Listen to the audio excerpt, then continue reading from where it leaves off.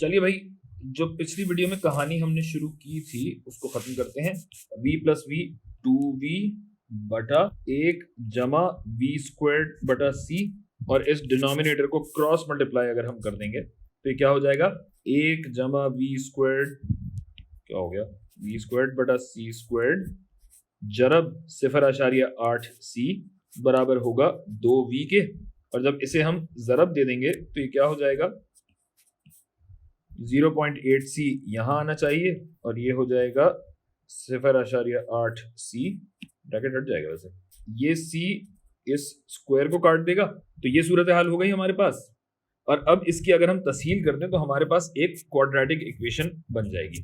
जरा कनात लगा के फासला पैदा करें। अच्छा, 0.8 बटा C V squared minus 2v plus 0.8 C बराबर है 0 के। ठीक है भाई, तो अब सीधा सीधा हम क्वाड्रेटिक फॉर्मूला लगा देते हैं। v अगर हमें पता करना है तो माइनस बी प्लस और minus under root b squared minus 4ac 2a, ऐसे ही होता है।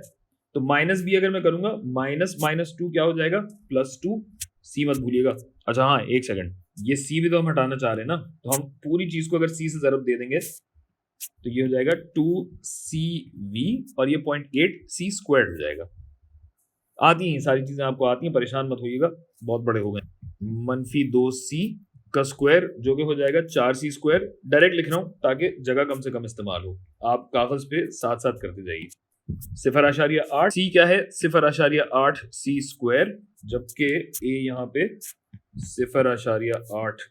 तो अब इसकी तस्हील कर लीजिए, प्लस और minus under root 4c squared ये है, 4c स्क्वायर्ड ये भी है, तो 4c स्क्वायर्ड को कॉमन निकाला जा सकता है। 4c स्क्वायर्ड बटा 1 माइनस 0.8 जरा 0.8 0.64 64 हो जाएगा ना।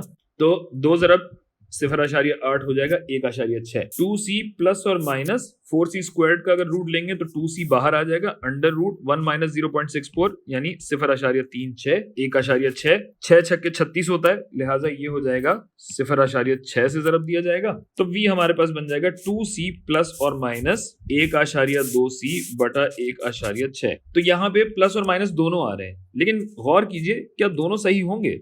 अगर 2c प्लस 1.2 हो तो ये तो 3.2 गुना हो जाता है स्पीड ऑफ लाइट का, जो कि मुमकिन ही नहीं है, लिहाजा ये प्लस नहीं हो सकता, सिर्फ माइनस होगा। और जब माइनस हो जाएगा तो ये बचेगा 0.8 सी बटा 1.6 यानी 0.5 सी। ये हो गई स्पीड v, जिसका मतलब क्या है, मतलब ये है कि अगर मैं a के फ्रेम ऑफ रेफरेंस में देख रहा होता तो c की रफ्तार होती 0.5 सी, 0.5 सी से ये b का पीछा कर रहा होता, ऐसे ही है। जबकि अगर मैं अपने फ्रेम ऑफ रेफरेंस से देखूं, यानी मैं c था ना, तो c के फ्रेम ऑफ रेफरेंस से अगर मैं देखूं तो a उस समत में 0.5 सी की रफ्तार से जा रहा है और b भी उस समत में 0.5 सी की रफ्तार से जाता हुआ मुझे महसूस होता है।